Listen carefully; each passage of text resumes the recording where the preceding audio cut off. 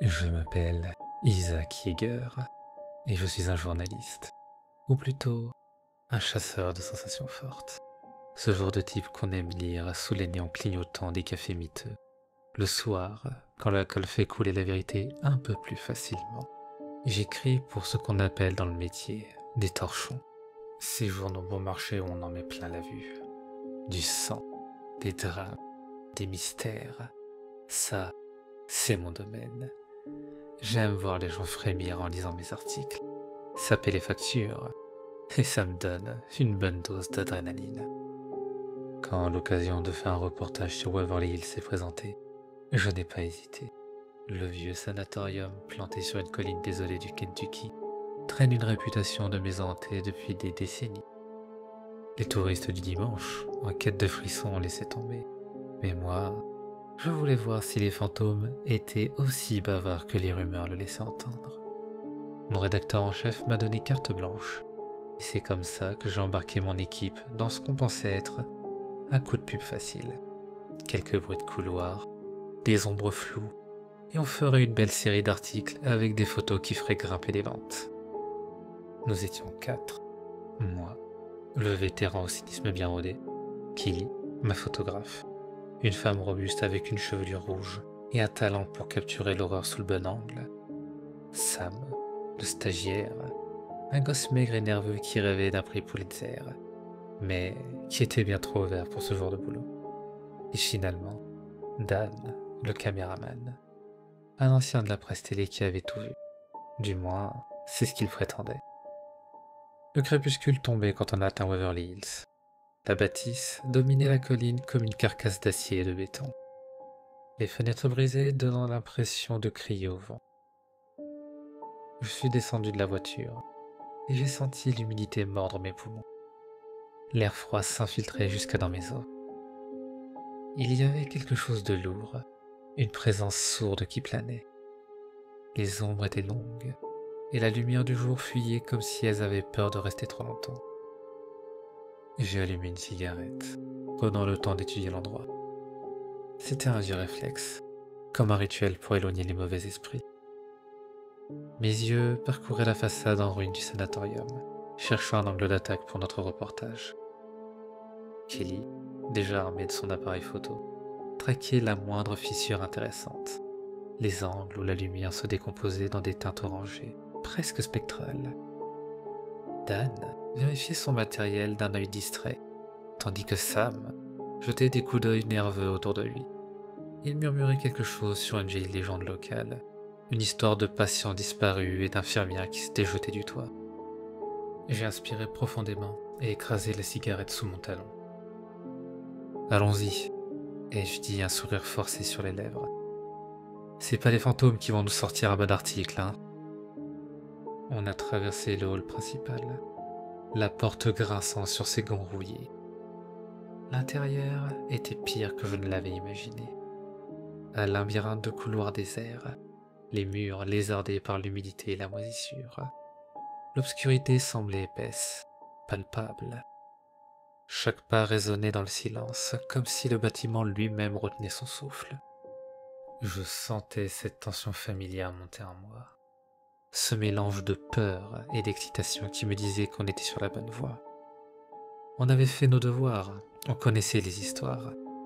Des centaines de patients morts, des suicides, des expériences médicales douteuses. Si quelque chose devait encore hanter ce lieu, on était là pour le débusquer. Kelly s'est tournée vers moi, un sourire nerveux. « Tu penses vraiment qu'on va avoir quelque chose ce soir ?» a-t-elle demandé, ses yeux brillants d'une lueur d'excitation. « Je l'espère, » ai-je répondu en haussant les épaules. « Sinon, on aura perdu notre temps, et mon article se résumera à un tas de légendes pour touristes crédules. » Je menais la marche, et l'équipe me suivait de près, nos lampes torches projetant des faisceaux vacillant sur les murs décrépits. L'atmosphère était suffocante, et chaque bruissement nous faisait sursauter. Nous savions qu'il était trop tard pour reculer. Alors, j'ai pris une grande inspiration, et j'ai poussé la porte du premier couloir du second étage. Là où, selon les archives, les choses bizarres avaient tendance à se manifester. J'étais là pour capturer une histoire. Mais j'ignorais encore qu'à Waverly Hills, c'était souvent l'histoire qui capturait ceux qui osaient la chercher. Le second étage était plongé dans une pénombre quasi totale. Les rares éclats de lune se faufilaient à travers les fenêtres brisées, laissant des taches de lumière maladroites sur le sol.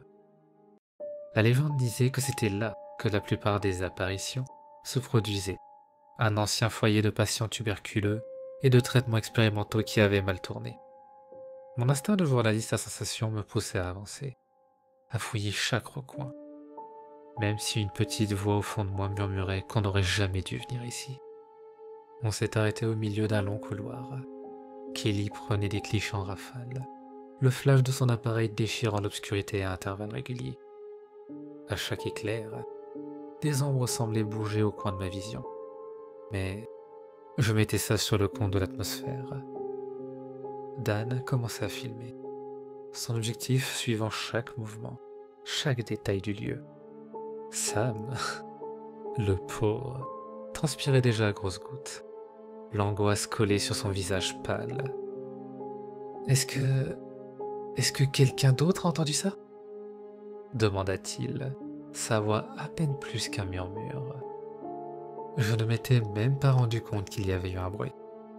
Une sorte de cliquetis distant, comme si quelque chose, ou quelqu'un, heurtait une surface métallique quelque part dans les entrailles du bâtiment.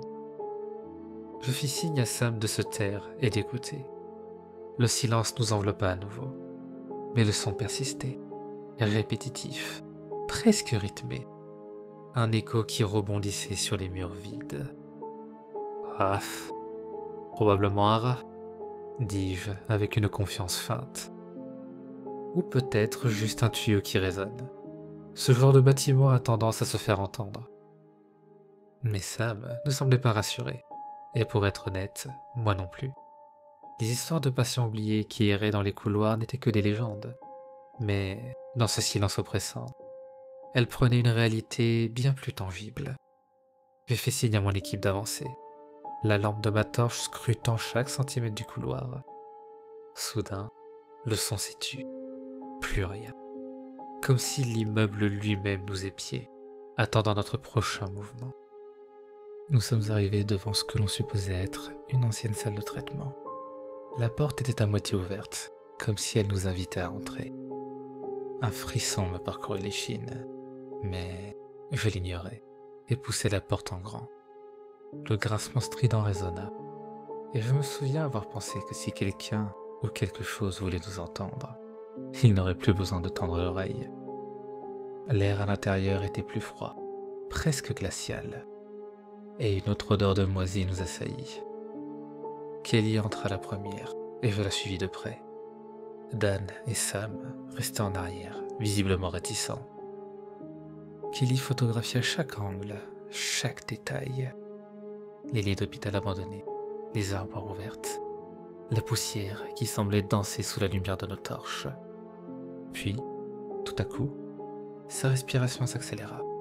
Elle fixait un point dans l'ombre, son appareil braqué, le doigt crispé sur le déclencheur. « Isaac » souffla-t-elle. « Il y a quelqu'un là-bas. » Je levai ma lampe dans la direction où elle pointait, mais il n'y avait rien d'autre que l'obscurité. Une chaise d'infirmière renversée, quelques vieux dossiers éparpillés au sol. Rien qui ne puisse ressembler à un spectre. Mais elle insistait, son visage blême. « Je te dis que j'ai vu quelque chose bouger, juste là. » Un rire nerveux monta. « Tu es en train de flipper pour rien. Des ombres jouent des tours, c'est tout. » Mais alors que je finissais ma phrase, un souffle glacé passa sur ma nuque. Je me retournai brusquement, la lampe balayant le vide. Rien. Juste un silence oppressant et le battement de mon propre cœur dans mes oreilles. Dan, qui filmait toujours, jura entre ses dents. « C'est bon pour l'audience, ça » marmonna-t-il. Je n'étais pas sûr de ce qu'il avait vu, mais il avait le sourire crispé de celui qui pense tenir un scoop. Sam, lui, ne disait rien. Il avait blêmi encore plus, regardant fixement un coin de la pièce. Je suivis son regard et vis ce qu'il fixait. Un lit d'hôpital couvert de drap jauni, avec une étrange empreinte sur la couverture, comme si quelqu'un s'y était allongé récemment. Puis, le cliquetis recommença, cette fois beaucoup plus proche. C'était comme des pas légers, hésitants, et ils semblaient se diriger vers nous. Kelly s'éloigna précipitamment, trébuchant sur un meuble rouillé. Je fis signe à tout le monde de rester calme. « Ça doit être le vent », dis-je la voix rauque. Personne ne me crut.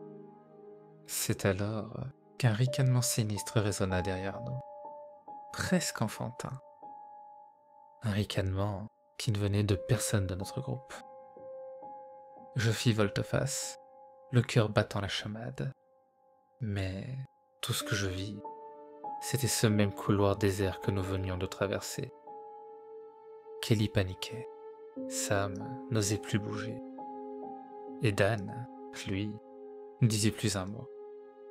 L'objectif de sa caméra braquait dans la pénombre. Puis, le sol vibra légèrement sous nos pieds, et un bruit sourd retentit, comme une porte qu'on claque quelque part dans le bâtiment. L'écho de ce bruit résonna longtemps dans le silence.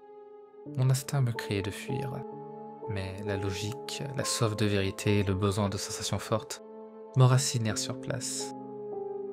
On était ici pour découvrir la vérité, pas pour se laisser effrayer par des bruits nocturnes. Je regardais mon équipe, forçant un sourire. « On continue », ordonnai-je, bien que ma voix tremblait. « On est venu chercher des réponses, alors allons les trouver. » La tension était palpable alors que nous reprenions notre marche. Les lampes torches glissaient sur les murs crasseux et les vestiges de mobilier hospitalier abandonné. Le ricanement sinistre continuait de faire écho dans ma tête, comme un rire d'enfant perdu. Et chaque pas résonnait comme un avertissement.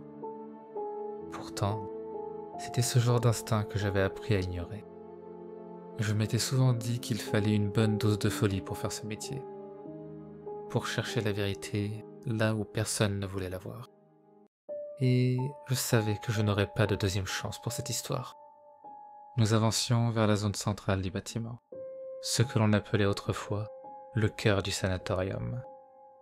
C'était là que se trouvait l'ancien centre de traitement, une large pièce délimitée par des murs de carreaux blancs tachés de rouille et de saleté. Les rumeurs disaient que c'était l'épicentre de l'activité paranormale, le lieu où les patients mouraient par dizaines quand la tuberculose faisait rage, là où les espoirs étaient réduits à des expériences désespérées. Soudain, une lumière rouge clignota au bout du couloir, comme un néon mourant qui s'allumait par intermittence. Je m'arrêtai net, et mon équipe fit de même, chacun fixant ce signal improbable avec une appréhension muette. « Vous avez vu ça ?» murmura Kelly, sa voix tremblante. « Un vieux panneau d'alarme, » suggéra Dan. Il devait en avoir pour signaler les urgences. Mais son explication sonnait creux. Aucune source d'énergie ne fonctionnait dans cet endroit depuis des années. « Isaac ?» fit Sam, sa voix brisée par la peur. « On devrait partir. Ce truc, ce n'est pas normal. » Je ne répondis pas. Une part de moi savait qu'il avait raison, que c'était le moment de faire demi-tour. Mais mon instinct de journaliste reprenait toujours le dessus. J'avais besoin de preuves, de quelque chose de tangible, quelque chose qui donnerait à cet article une vraie valeur. Un frisson parcourut ma colonne vertébrale. L'alarme clignotante venait de s'éteindre, nous plongeant à nouveau dans l'obscurité totale. Je pris une grande inspiration et me dirigeai vers la source de la lumière éteinte, suivi à contre-cœur de mes compagnons. Le couloir semblait s'étirer à mesure que nous avancions, chaque pas devenant plus lourd, chaque respiration plus difficile. Puis, tout à coup, un cri perçant éclata derrière moi. Je me retournai d'un bond et vis Kelly, les yeux écarquillés, fixant un point derrière nous. « Quoi ? Qu'est-ce que tu as vu ?» demandai-je, le cœur battant un torrent. Elle pointait du doigt quelque chose que je ne pouvais pas distinguer. « Là-bas, il y a une silhouette, juste là près de l'ascenseur. Une femme, en blanc. Je n'y croyais pas. Ou plutôt, je refusais d'y croire. Le spectre de l'infirmière suicidée faisait partie des légendes les plus vieilles de Waverly Hills. Mais ces histoires ne prenaient corps que dans l'obscurité, lorsque la peur brouillait la réalité et le mythe. Pourtant, quelque chose dans l'expression de Kelly me fit hésiter. Elle n'était pas du genre à imaginer des choses. Son visage était blême, ses mains tremblaient. Même Dan, d'habitude si impassible, semblait bouleversé. « On l'a sur la vidéo ?» demandai-je à Dan, une lueur d'espoir dans la voix. Il hocha la tête, hésitant. Je ne sais pas. Peut-être. On devrait vérifier ça plus tard. » J'ai essayé de garder mon calme. D'accord. Alors, on continue. Pas question de s'arrêter maintenant. Mais une partie de moi commença à comprendre qu'on était peut-être allé trop loin. Nous avons enfin atteint la porte du centre de traitement. Massive, rouillée, elle tenait à peine sur ses gonds. Une plaque de métal écaillé indiquait autrefois son rôle dans des lettres effacées, et un symbole médical était gravé au-dessus. Avec un effort, je l'ouvris. La porte craqua, dégageant une odeur de moisissure et d'antiseptique vieilli. Nous pénétrâmes dans une vaste pièce plongée dans une semi-obscurité, des rangées de lits métalliques alignés comme des soldats oubliés. L'air était plus froid ici, beaucoup plus froid. Un vent glacial semblait s'infiltrer des murs eux-mêmes, et la faible lumière de la lune rendait les ombres encore plus étranges et mouvantes. Kelly commença à prendre des photos, mais ses mains tremblaient. Elles tremblaient tellement que j'avais du mal à croire qu'elle capturait quoi que ce soit de net. Sam, lui, restait figé près de l'entrée, trop terrifié pour bouger. Puis, je l'ai vu.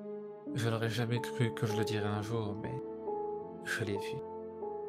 Une silhouette, floue et translucide, se dessinait à l'autre bout de la pièce, près d'un lit d'hôpital. Elle portait une blouse blanche et semblait flotter à quelques centimètres du sol. J'ai figé, incapable de détourner le regard. Mes jambes refusaient de bouger. « Dan, filme ça !» chuchotai-je, la gorge nouée. Mais quand je me retournai, Dan n'était plus là. « Dan ?» appelai-je d'une voix rauque. Le caméraman avait disparu, emportant avec lui la seule preuve tangible que ce que l'on voyait était vrai. Mon cœur battait à tout rompre alors que je balayais la pièce avec ma torche. Rien, aucune trace de lui. Kelly et Sam étaient blêmes, leurs regards se posant partout sauf sur moi, comme s'ils cherchaient à éviter une vérité trop difficile à accepter. Un murmure glacé flotta dans l'air, suivi d'un mouvement dans la pénombre.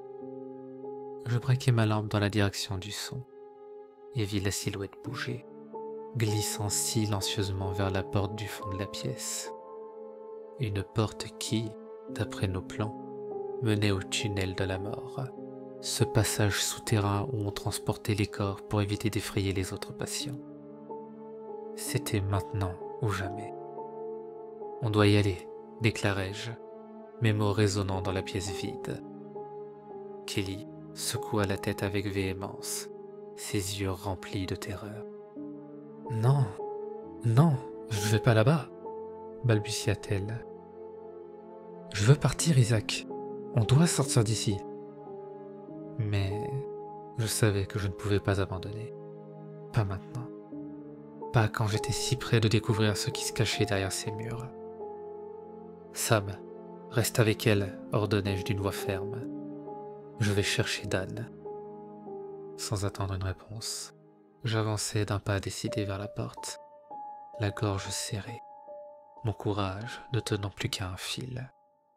Je savais qu'il y avait quelque chose, ou quelqu'un qui m'attendait de l'autre côté.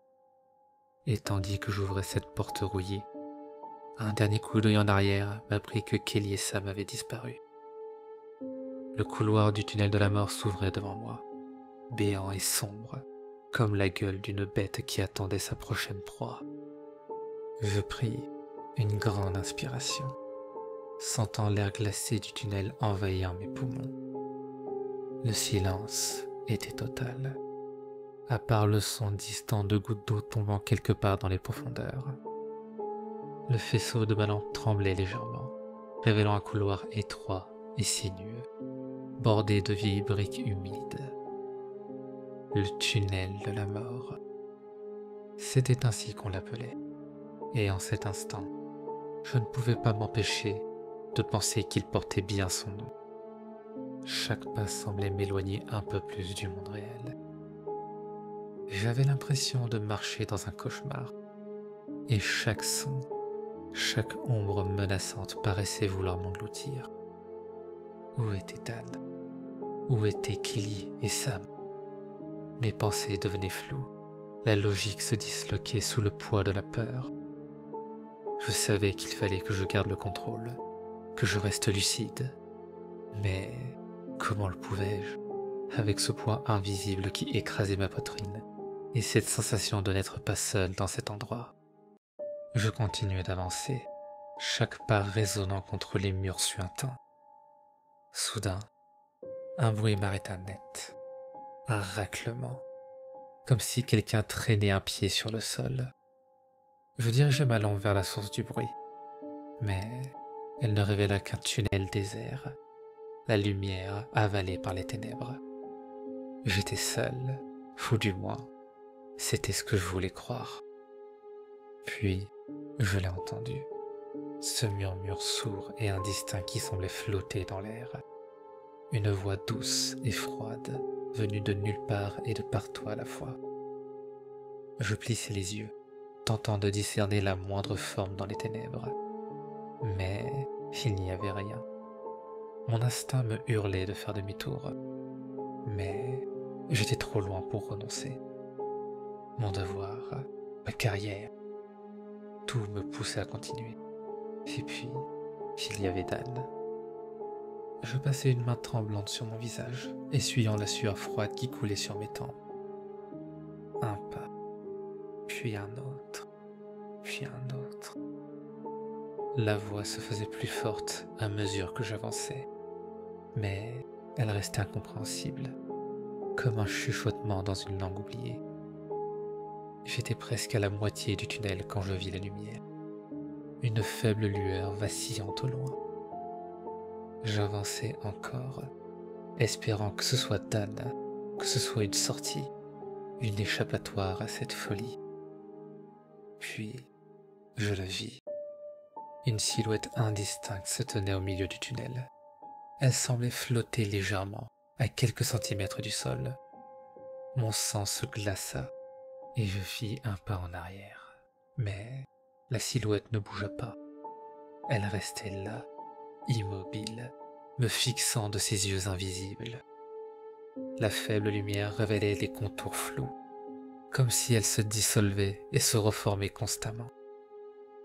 C'était un homme, du moins, c'en avait l'apparence. Il portait une tenue de médecin ancienne, couverte de taches sombres, et ses traits étaient cachés par une ombre persistante qui ne semblait pas vouloir se dissiper. « Dan » appelai-je d'une voix enrouée, à la limite de l'hystérie. Mais la silhouette ne répondit pas. Elle ne bougea même pas. Puis, lentement, elle leva un bras et pointa du doigt un point derrière moi.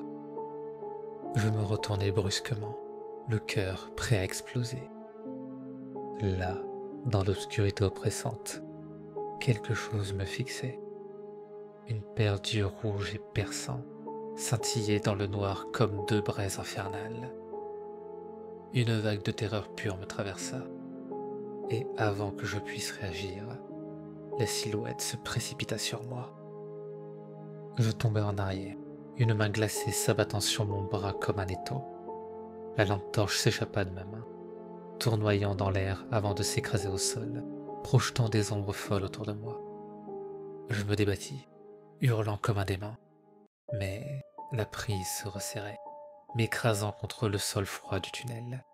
Des murmures envahissaient mon esprit, une cacophonie de voix qui me hurlait de partir, de m'enfuir, de ne jamais revenir. Je sentis mes forces me quitter, mes poumons en feu, la panique me submergeant. Puis, aussi soudainement que cela avait commencé, la pression disparut. Je me redressai, haletant, le souffle court. Il n'y avait plus rien, plus de silhouette, plus d'yeux dans le noir, plus de murmures. Juste le silence et la lueur vacillante de ma torche gisant quelques mètres plus loin. Je restai là, prostré, un long moment avant de retrouver le courage de me lever. Mon corps était en feu, chaque muscle tendu par l'effort et la peur. J'étais terrifié, mais je ne pouvais pas partir, pas sans avoir compris ce qui se passait. J'avançai lentement vers ma torche, la ramassai d'une main tremblante et pointai le faisceau vers l'endroit où la silhouette avait disparu. C'est là que je les vis. Dan, Kelly et Sam. Ils étaient tous là, immobiles, leurs visages figés dans une expression d'horreur absolue, comme des statues figées par la peur. Je courus vers eux, mon cœur battant à tout rompre, hurlant leur nom. Mais ils ne bougeaient pas. Ils étaient comme absents, leur regard vide, leur corps figé. Un rictus tordu déformait leurs lèvres, comme s'ils avaient vu quelque chose d'insupportable, quelque chose qui les avait brisés. « Dan !» criai-je, attrapant son épaule et le secouant avec violence. Aucune réponse. Ses yeux semblaient me regarder, mais je savais qu'il n'y avait rien. C'était comme s'il était là sans être vraiment présent, piégé quelque part entre ce monde et un autre. Je sentis les larmes monter, la panique me saisir à nouveau. Mais je refusais de céder. Je devais sortir d'ici, je devais trouver de l'aide. Mais alors que je m'apprêtais à reculer, à m'échapper de ce cauchemar, un bruit retentit. Un bruit que je connaissais trop bien. Le cliquetis mécanique. Cette fois, tout près de moi. Je levai lentement la tête et vis, à l'autre bout du tunnel, une porte en métal qui s'ouvrait lentement. Une lumière blanche en émanait, si forte qu'elle me faisait mal aux yeux. Et dans cette lumière, une silhouette me fixait, celle d'une femme vêtue d'une blouse d'infirmière. Son visage pâle et sévère me transperçait du regard. Elle n'avait rien d'humain. Ses traits étaient déformés, tordus, comme un masque grotesque figé dans une expression de souffrance éternelle. Je ne pouvais plus bouger. Elle me tendit la main, m'invitant à la rejoindre. La lumière m'aveuglait, m'absorbait. Je sentis mes jambes avancer malgré moi, comme si une force invisible me tirait vers elle. Tout mon être criait de résister. Mais mes pieds se mettaient en marche, attirés par cette lumière qui semblait m'engloutir. Puis, tout devint noir. Je me suis réveillé en sursaut, étendu sur le bitume froid, à l'extérieur de Waverly Hills. Le soleil était déjà haut, inondant la colline de sa lumière rassurante. Mes vêtements étaient en lambeaux, mon corps meurtri, mais j'étais vivant. Autour de moi, il n'y avait rien, ni personne. Kelly, Dan, Sam, tous disparus. Je suis resté là, à fixer le sanatorium, silencieux, les yeux hagards. Je ne me souvenais de rien, si ce n'était que cette lumière aveuglante, de ce ricanement qui me poursuivait encore, et du visage tordu de cette infirmière. Les autorités n'ont jamais retrouvé mes compagnons. Officiellement, ils ont été déclarés disparus. Quant à moi, je suis devenu l'homme qui a survécu à Waverly Hills, le journaliste maudit, celui qui a vu ce que personne ne devrait voir. Mais quand je ferme les yeux, je les entends encore, ces murmures dans la nuit, et je sais que le sanatorium n'a pas fini de réclamer ses secrets. Et si un jour, quelqu'un me demandait de raconter cette histoire, je ne suis pas certain que je le ferai. Parce que la vérité, parfois, est bien plus effrayante que la fiction.